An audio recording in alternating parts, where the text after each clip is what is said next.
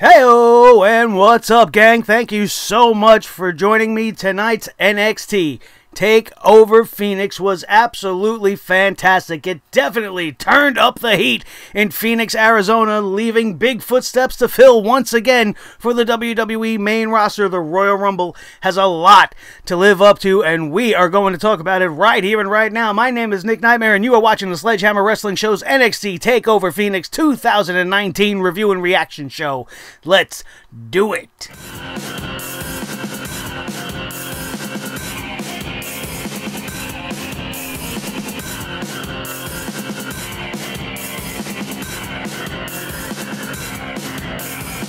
Sledgehammer Wrestling Show.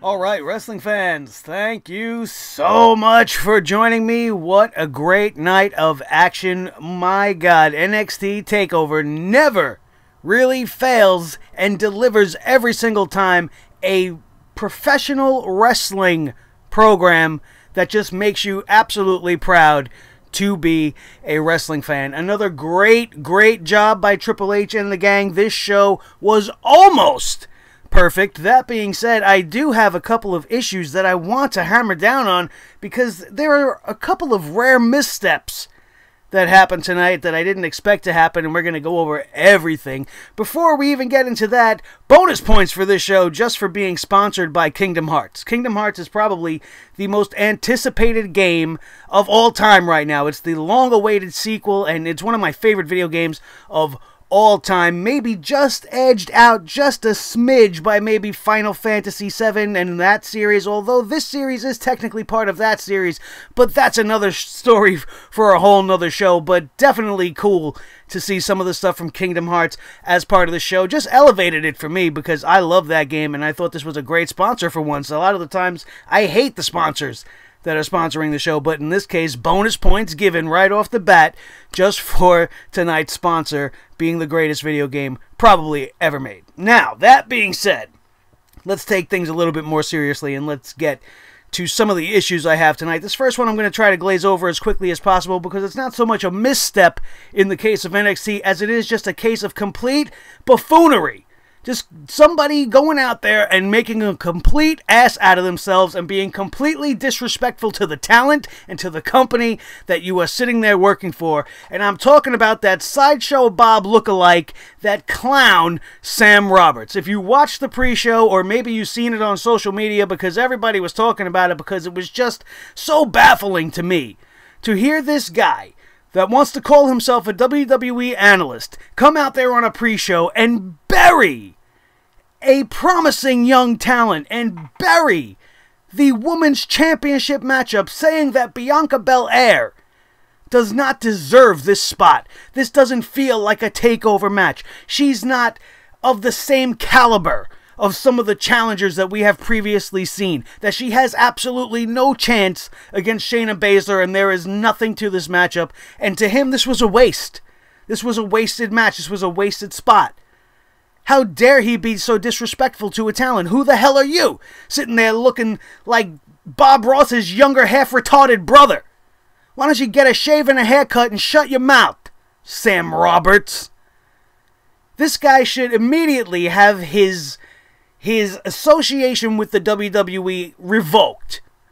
You want to call yourself an analyst and come out there and then shit all over this match? A match that has been put together very well, a match that has been built up in a proper fashion on NXT television, and Bianca BelAir earned this title shot. She wasn't just handed things by NXT. Who the hell are you to say this doesn't feel like NXT? You know who knows what NXT feels like? Triple H knows what NXT feels like. The fans know what NXT feels like. And by the reactions of the crowd tonight, by the time that match was over, that was definitely an NXT TakeOver quality match. So shut the hell up, you big stupid clown. Completely, not that I had much respect for the guy as it is. I don't usually come on here and talk down about other podcasters doing what I do, but when you come out there and just blatantly, you had to see this guy, he like blew a gasket. He had such a problem with this matchup that he almost had a hard time getting the words out. It was unbelievable, and I don't want to give any credit to Pat McAfee either, because this guy's a clown too, but the way he reacted to Sam Roberts and all of his words about this matchup was pretty much what I was feeling on the inside. So props to him for calling Sam Roberts out on some of his junk, but it didn't get anywhere. The guy's an ass clown, right? Certifiable. And if you're a fan of Sam Roberts, I don't give a shit if you tell him what I had to say. That was completely disrespectful. Nothing even more to do with the talent involved, but this is the company that you're working for, and this is the match that they're putting out there, and you shit all over it. On live television. On their live television. Unbelievable. Unbelievable. I don't ever want to see Sam Roberts again on a WWE panel. Absolutely disrespectful. And he should be fired immediately. On another note, something that I wasn't too happy with, and a lot of you guys that watch this show on a regular basis know that I'm not a big Matt Riddle guy. And after tonight's matchup, I'm still not 100% sold. I mean, the bro can go. Alright, the guy's got some talent, the guy's tough. But I just don't get it.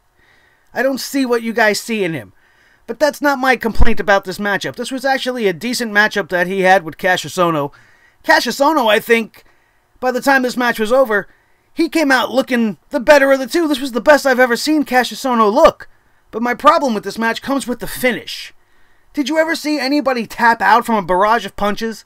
How many times in the world of pro wrestling have you, as a wrestling fan, seen a match where one of the two competitors gets frustrated to the point where they snap and just start punching the other person down, beating them down with all their might? Did you ever see anybody tap out from that? I haven't. You want to tell me Matt Riddle's punches are that much more devastating than anybody else in the history of professional wrestling just since because he comes from MMA that this guy had to tap out? Cassius looked very good in this matchup, and then you made him tap out to something like that. If he was going to lose, why not just let him lose? Traditionally, let Riddle hit him with whatever fucking move is going to be his finishing move, and that will be the end of it. Why'd you have to make the guy look like a jerk? It was a very underwhelming finish to what was amounting to a decent match. It was a very physical matchup. They actually got me invested into it, so I got to give them some credit for that. But by the end of this thing, Cassius looks like a fool. I'm still not 100% sold on Matt Riddle. I get that the guy's good in the ring, but it's just his character, the persona, I just rolled off the beach and left my surfboard over there and now I think I'm going to wrestle, bro. Yeah, everything's cool, bro. I'm a cheap rip-off knockoff of RVD, bro. It's just not translating to me, and I'm not into it. I'm just not into it. But I'm not going to shit on Matt Riddle too much because the guy in the ring, action-wise, physically, was impressive tonight. And I'm going to give him a little bit of credit for that. I was a little bit disappointed that Keith Lee didn't show up and play some sort of a part in this match since he was part of the angle in the build-up leading to this matchup. Thought that would have added a little extra spice to things, but that's not what we saw. And now finally, my last little thing that I have to hammer down on is the fact that the Women's Championship matchup, as good as it was by the time it was all done, definitely had the wrong outcome. This was the biggest mistake I think I have seen the NXT management make in a long time by not booking Bianca BelAir to go over on Shayna Baszler. Shayna Baszler has lost before, and you had something special in this undefeated streak of Bianca BelAir. It's something that she took a liking to. It's something she created a catchphrase for. It's something people enjoyed doing. The crowd was doing the undefeated with her. She was being built up in a great manner, and that was one of the things that was leading, or lending itself rather, to her appeal, to what was making her feel like a big-time star. Not that what happened tonight did any damage, because by the end of this thing, Bianca BelAir looked fantastic in this outing. I really just think that tonight was the night to do something a little bit shocking and have Bianca BelAir beat the Queen of Spades. You have nothing more to do with Shayna Baszler on NXT. Who do you have built up to be the next challenger in line for the NXT Women's Championship? Who's going to be a viable contender for her? We're going to go back to Kairi Sane? We're going to go back to somebody else she's already beaten? Or we got some other plan in play? Is Bianca BelAir going to win it in a rematch? That seems to be a little bit underwhelming as well. I just think tonight was the night for a big surprise, for a big change, and that would free up Shayna Baszler for an appearance at tomorrow's Royal Rumble in the Women's Rumble match.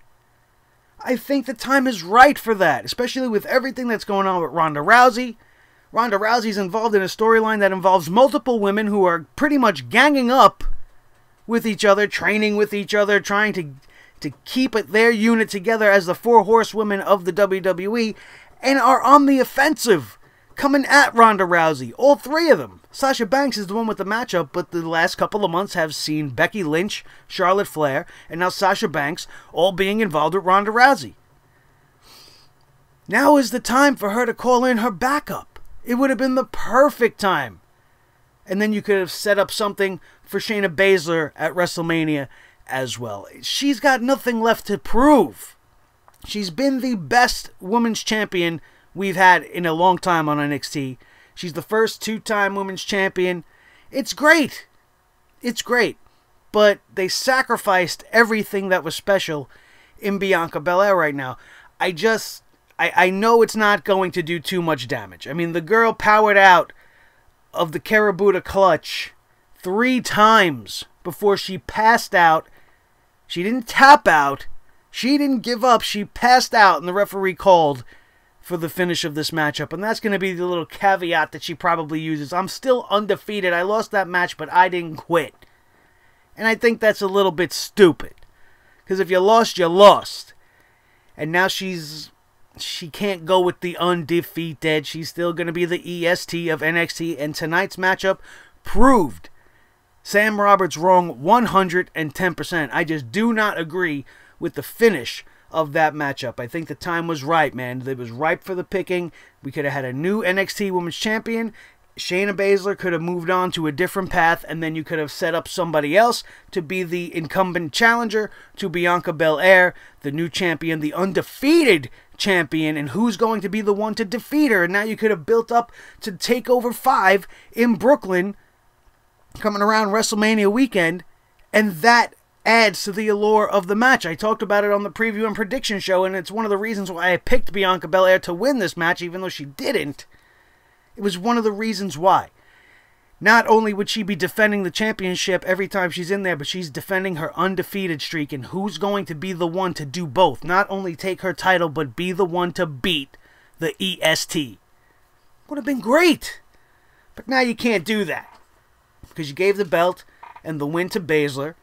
And, you know, it's not really a bad move for her. I mean, she remains the champion. She looks good. Bianca BelAir did look good coming out of this thing. It was just the wrong call. A very rare misstep, in my opinion, by NXT. And you could leave your thoughts and comments on all of the things I just said, as my little nitpicky self has to always find something to complain about, right? But these are the things that I found most to complain about throughout the night. We didn't have a announcement or somebody in the crowd of some new big signing, which is kind of rare for a takeover. They usually have somebody surprising in the crowd showing up. We did see Pete Dunne and Tony Storm in the crowd. We saw the Velveteen Dream show up for absolutely no reason, and then would sit ringside for the championship title fight towards the end of the night and do absolutely nothing. So that was okay, I guess. It was a way to get the Dream on NXT, since he was complaining that he wasn't even booked on the show. But nothing else really big outside of the in-ring action happened on this night. So let's get to the card. Let's go to the match card screen, and we are going to start off with this tag team matchup. Absolutely great. Absolutely great. Was it as good or better than the tag team championship matchup at NXT TakeOver Blackpool? I'm going to go on record and say no. It wasn't better, but it was definitely on par with what those guys did that night. The NXT TakeOver division does not fail. Does not fail to entertain us. This was tag team wrestling at its finest. The Undisputed Era threw absolutely everything they could at these two monstrous men, the War Raiders. And these guys, let me tell you something. For their size, they move incredibly well. Their power is super impressive, And I don't think there was anything that the Undisputed would have been able to do to stop these beasts tonight. They were on a mission to get those tag team championships, and that is exactly what happened. As the War Machine, the War Raiders, Hanson and Rowe, just took the Undisputed to the woodshed. They also took absolutely everything they could dish out. These guys were hit with the high-low. It was the first time I remember ever seeing any team kick out of the high-low. This guy Hanson was kicking out of everything these guys were dishing out. Lots of high-impact maneuvers. These guys were, the War Raiders were throwing themselves tope suicidas to the outside. All kinds of unique and innovative tag team offense. It has to be seen for you guys to truly believe and appreciate what these guys did on this night. NXT takeovers, as good as they are my least favorite type of shows to review because they're so good for the most part that there's no way my words do any of the matches on this night any justice. This was absolutely great tag team wrestling, and I don't understand why we can't get this type of tag team wrestling on the main roster. You think those tag teams up there on the main roster don't want to perform in this manner? I don't understand why they're not allowed to go out there and kick ass the way these guys did. This match had a great length, it had great pacing, and the story being told, which was that the Undisputed Era thought they had everything under control, and they tried everything they absolutely could, and there was nothing they could do, and in the end, they ate the loss, and they were looking up at the lights as the War Raiders become our new tag team champions. Just too much for them to overcome, and that's not an easy thing for any of us to say when we're talking about the Undisputed. These guys have been on fire. Their reign on top of the tag team division has been spectacular, delivering over and over and over again on fantastic 5-star quality tag team matches, and I expect to see a rematch of some kind in the near future for these guys. And maybe it's Bobby Fish that comes back with Kyle O'Reilly, since he seems to be on the mend and on his way back to in-ring competition sometime soon. And then we could have Roderick Strong go on to do something else within the Undisputed Era, along with Adam Cole, who we didn't see tonight, but I'm pretty sure he's busy with the When Worlds Collide tournament, which we will be talking about next weekend after it airs on the WWE Network. So now let's move along to the next matchup here on this night, which we kind of touched upon in the open. Matt Riddle versus the Knockout Artist, Cassius Ohno. An impressive matchup, an impressive outing for both men. One of the best matches I've seen come out of Cassius Ohno since he's shown up on the NXT radar once again. And again, to me, this match, it didn't matter who won, didn't matter who lost. It was a decent matchup. Pretty standard back and forth heel babyface dynamic. Cassius Ohno, very impressive, doing a lot of crazy things tonight. There was this one spot where Matt Riddle tried to execute a sunset flip powerbomb to Cassius Ohno as he was standing on the ring apron, but Cassius Ohno was just too heavy for him to truly execute this maneuver, and he would end up wrapping Matt Riddle's face up in the ring apron and just start stomping on it. Something that I have never seen before, definitely unique. We've seen the impressive strength of Matt Riddle on display a couple of times tonight, most especially when he did that stalling German suplex to a guy that's at least double his weight. The power of this guy cannot be denied. We've seen Cassius Ohno bite his toes. Now let that serve as a warning to any of you guys like me who are training to be a professional wrestler right now, whether or not it's what you should be doing. Make sure that you wear boots, because you don't want to leave your tootsies out for people to be biting on. Alright, and maybe Cassius Ohno has a foot fetish. I don't know. That might be the case, but no matter what the case may be, you don't bite people's toes, man. Come on. That was that was a little bit out there for me, but he did redeem himself by executing a beautiful Liger bomb for a near fall, and then he did a beautiful moonsault for a man his size as well, and got a near fall there as well. Cassius Ohno ends up tap out to a barrage of punches. Matt Riddle wins. I didn't like this finish, and like I said, the bro can go in the ring, but I just don't get the show that he brings to the table, and it's not really that appealing to me. And I'm sorry if that bothers you. And if you're a big Matt Riddle fan, you know, I don't mean to disrespect, and I hope you guys can understand that's just my opinion. And I'm entitled to my opinion just like Sam Roberts is entitled to his, whether or not it's wrong or not in other people's eyes. Now let's move to the best match of the whole entire night. The North American Championship. Let me tell you guys something. Johnny Gargano is the best wrestler in the world. You have to look at this guy's catalog that he's given to us over the last year and a half, maybe 2 years. The series of matches he's had with Tomasso Ciampa after the breakup of DIY. His matchup with Aleister Black. His matchup with Andrade Cien Almas. Anytime you put Johnny Gargano in the ring with somebody, you are getting a Match of the Year candidate every single time.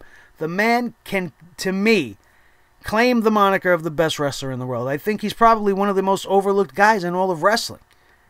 Johnny Takeover is called Johnny Takeover for a reason, and he took over the North American Championship tonight, ripping it from the grasp of the one and only King Ricochet, who, when you want to add what this guy brings to the table, there is nobody in the world that can do what Ricochet does in that ring.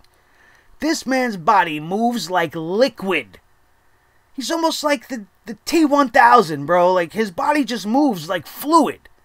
Either that or he can harness the power of the wind with his mind, because the way his body flies through the air is just graceful and majestic. And it's something you just don't see from anybody else. The guy moves unbelievably. Unbelievable. Like, just something really out of a superhero movie. The guy's really like a living, breathing Spider-Man. It's unbelievable. Either that or the guy's part cat, because every time the guy takes to the sky, 9 out of 10 times he's landing on his feet most of the time. It was breathtaking. This match was back and forth, an unbelievable meeting of the wrestling minds. This was a chess match between two of the greatest wrestlers to ever step foot inside of the squared circle. There is nothing that I could tell you that can do any justice to this match. I can tell you from here to tomorrow until I'm blue in the face that this is the greatest matchup you are going to see in 2019. You want to set the table? These guys set that table full of the greatest meal you will ever eat in your life, and there is nothing that's probably going to come close to this unless we're going to get a rematch.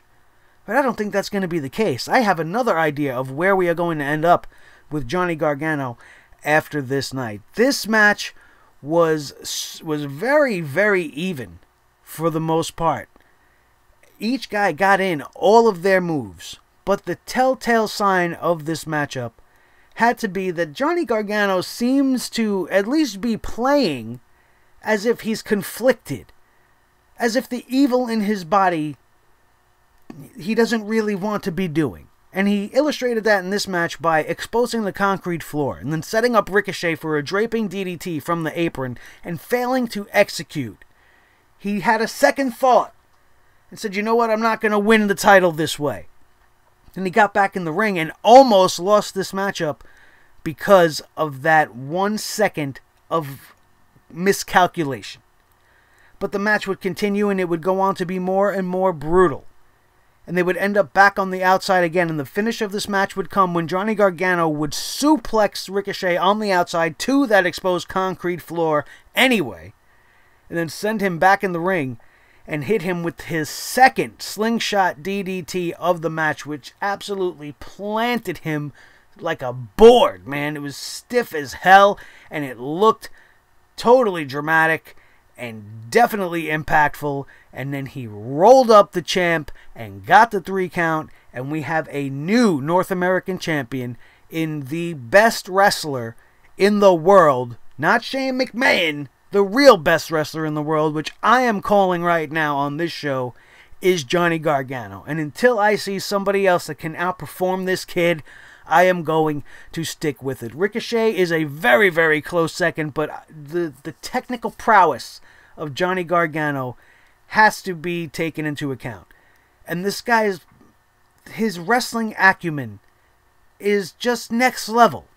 The pacing of this match, the timing of the spots, the way it all turned out in the end, And the guy still doesn't seem content for some reason. He was holding the North American Championship and looked to be in like somewhat of a daze. And we're going to touch back on that in just a couple of minutes. This match was spectacular. Very, very close to being just as good, if not better, than Gargano versus Almas, which is one of the greatest matches I've ever seen. And this definitely is up there. I'd have to watch that match again and then watch this match right after it to really get a true assessment of which match was better. And I think that's an experiment that I'm going to enjoy very much due to the quality that we get from our new North American champion, Johnny Takeover, Johnny Wrestling, Johnny Gargano. Fucking fantastic. Fantastic. Now let's move along to the Women's Championship matchup. Shayna Baszler taking on Bianca BelAir. And as we touched upon in the open, talking about the finish of this matchup, this was a very good match. Shayna Baszler came out dominating for the most part, maybe about 80% of this matchup. But Bianca BelAir would not be denied. The most interesting spot in this whole thing to me had to do with that damn ponytail. That ponytail that I used to bitch and moan about when she was in the Mae Young Classic. The ponytail that I said is an illegal weapon and shouldn't be allowed to be used as such. And now is used to bring so much drama and so much tension to the matchup that it's an excellent tool to have. And it makes her different, it makes her stand out, and it makes you anticipate how she's going to use it on this night. When is she going to use that hair whip? And she used it very well tonight, but it also worked against her. And Shayna Baszler would use Bianca BelAir's own hair to her advantage, at one point getting a grip on her hair and pulling her into the ring post, injuring her shoulder. And now that would be part of this matchup, a big part of this story throughout the entirety of the matchup. And no matter what, every time you thought Bianca BelAir was done, she found a way to either kick out or power out. Shayna Baszler on multiple occasions, like we said, wrapped her up in that submission maneuver that she calls the Karabuta clutch.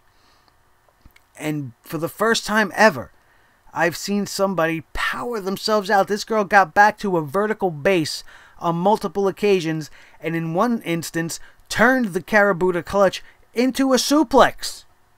Absolutely impressive, and the crowd was feeding off of this, and the crowd by the end of this match was at a fever pitch for Bianca BelAir to pull off the ultimate upset, which would have blew the roof off of Phoenix, Arizona tonight.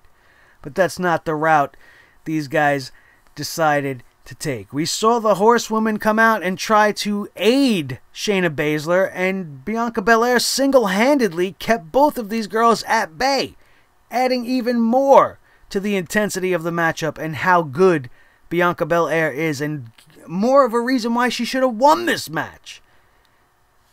I don't understand why they didn't decide to go that route. It is what it is. There was one very interesting spot in this matchup where Bianca BelAir seemingly had this match won, where she got to whip Shayna Baszler with that ponytail, actually leaving a deep gash in the abdomen of the champion that you could very visibly see a cut from that whipping hair, and that was unbelievable to see.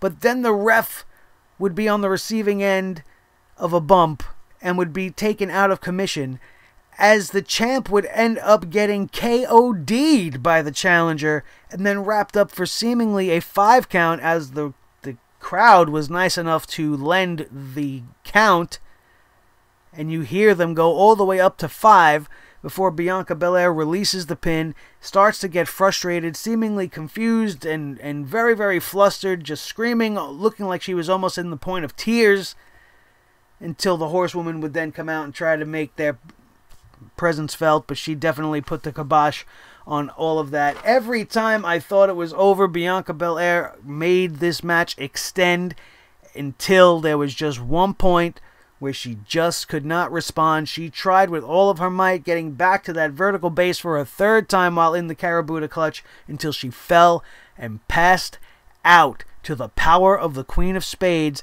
not tapping out. Very important to note that she did not tap out. She was passed out and the referee was forced to end the matchup. I still say it was the wrong choice. The undefeated streak had a lot of leg room and had a lot going for it. But now it's over, and the Queen of Spades remains the queen of the NXT Women's Division, and I honestly have no idea where they are going to go with it from here.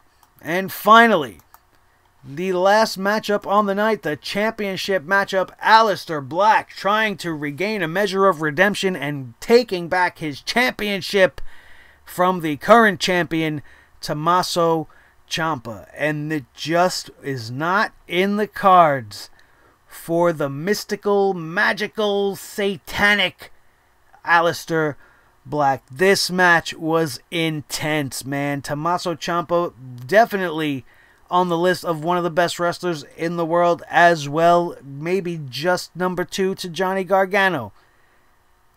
If you ask me, this guy is unbelievable. You can say the exact same thing about Tomasso Ciampa that I said about Gargano.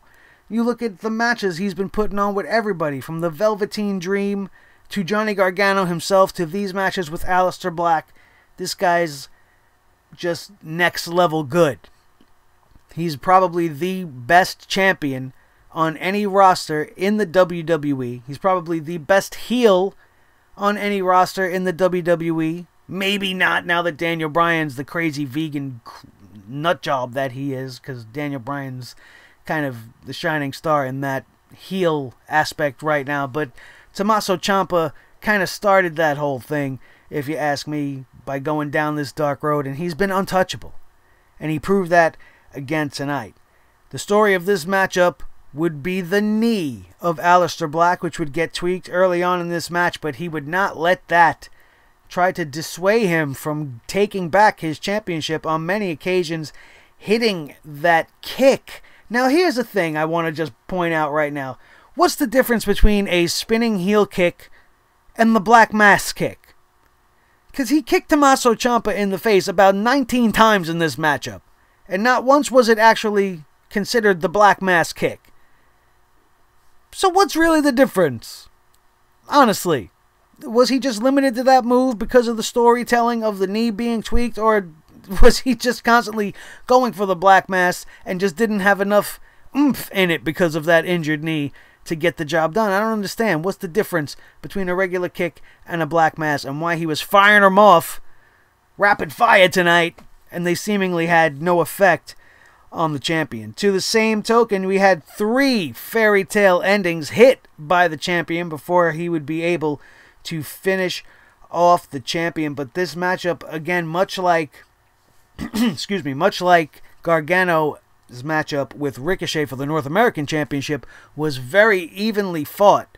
Even though his knee was injured, Aleister Black took it to Tomasso Ciampa many times, trying to balance his face to get him just in the perfect position to execute the Black Mass kick, and it would be his insistence on using that kick which would be the telltale sign for Tomasso Ciampa to end up winning this match, because it was after he failed to execute this kick for the maybe 25th time during this matchup that Ciampa was able to hit him with the 3rd and final fairy tale ending to retain the championship on this night. Another 5-star classic coming out of these two guys. This was a great matchup, a very great pace, back and forth action, and Aleister Black looked like he was going to win this thing back on multiple occasions despite the injury.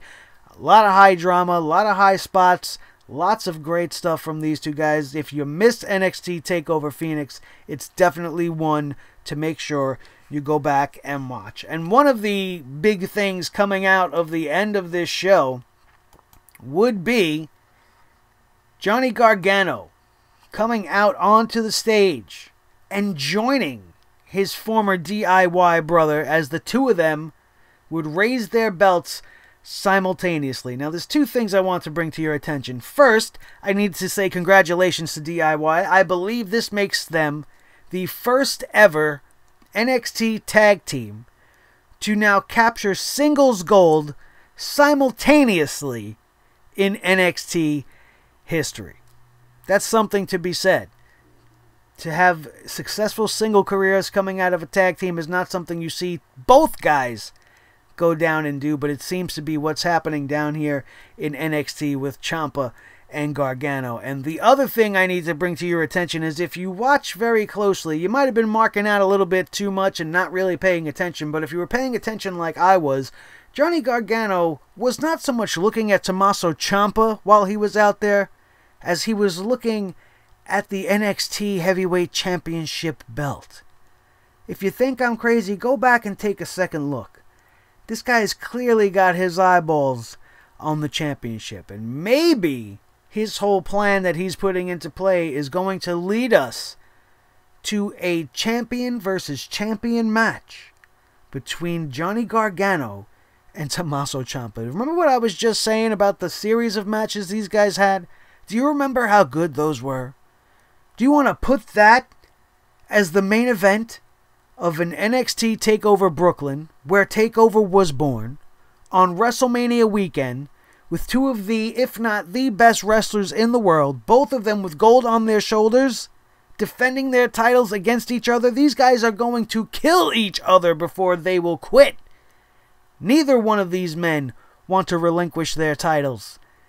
And how great would it be, after all this time, on that weekend, NXT TakeOver Brooklyn 5, to see Johnny Gargano, the first ever dual champion of NXT. That is what I think the road before us is going to pave, or has been paved for us by the time this night has closed at NXT TakeOver Phoenix. Yeah, you know, I don't usually come down on NXT. They don't usually give me a reason to, but I had to open tonight's show and be completely honest with you guys. That's what we do here. We bring the hammer down with truth and respect for you guys, and I want to tell you guys how I feel, and I always leave the floor open for you guys to rebut and have your opinions be heard down in the comments section below. It's one of my favorite things to do each and every day, is to read what you guys are thinking about everything that's going on and how you guys feel about this show and my opinions as well. You know, nobody's opinion's wrong except for Sam Roberts. And you could take that to the bank after what we saw tonight, proving him wrong. I hope this man issues a public apology to Miss BelAir for being such a doofus and saying such stupid things. Absolutely ridiculous. Thank you so much for joining me here on this NXT TakeOver review and reaction show.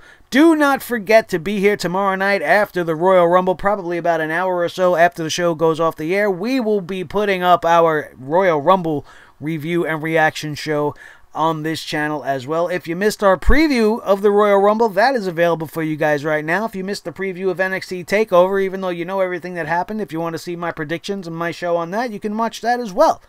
Got lots of other stuff for you to check out on this channel, and it'll all be linked in the annotations up above. Make sure you take advantage of all of the great stuff we have here for you guys to watch. Thank you all so very much once again. Make sure that if you enjoyed this show tonight, you enjoyed anything I have to say, if you agree with me about Bianca BelAir, if you really enjoyed Gargano's match tonight, and you know that I'm right about him being the best wrestler in the world, all you gotta do is smash that like button right now. Hit that thumbs up. Let the world and me know that you enjoyed today's broadcast on the show. Let's try to get this video to 100 likes, as we're trying to do with every video on the channel this year, which will be the year of the hammer before all is said and done. Do not forget to share this video with each and every one of your wrestling buddies all over the wrestling world, especially if they enjoyed the hell out of another fantastic edition of NXT TakeOver. And as always, if you are not one of the proud members of the Sledgehammer family, which we are growing here by the day, which has now gone over 1,200 subscribers, we want to continue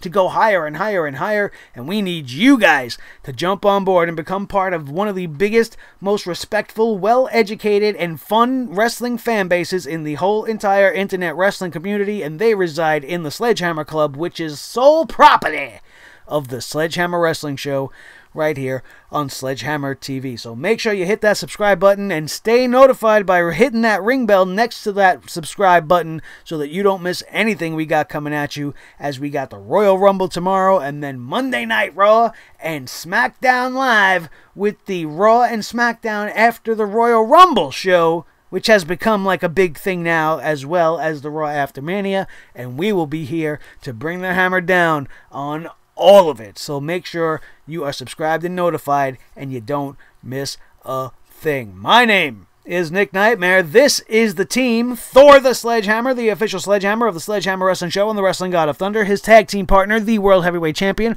of all the microphones in all the world, Mr. Blue, the Snowball microphone. The most important member of the team, as always, is each and every one of you. I love you all so very much. Thank you so much for being here for the Sledgehammer Wrestling Show's NXT TakeOver review and reaction show. That, my friends, is going to do it, and we are out of here, and we will see you next time right here on your new favorite wrestling show, the Sledgehammer Wrestling Show, only on Sledgehammer TV. See you tomorrow night.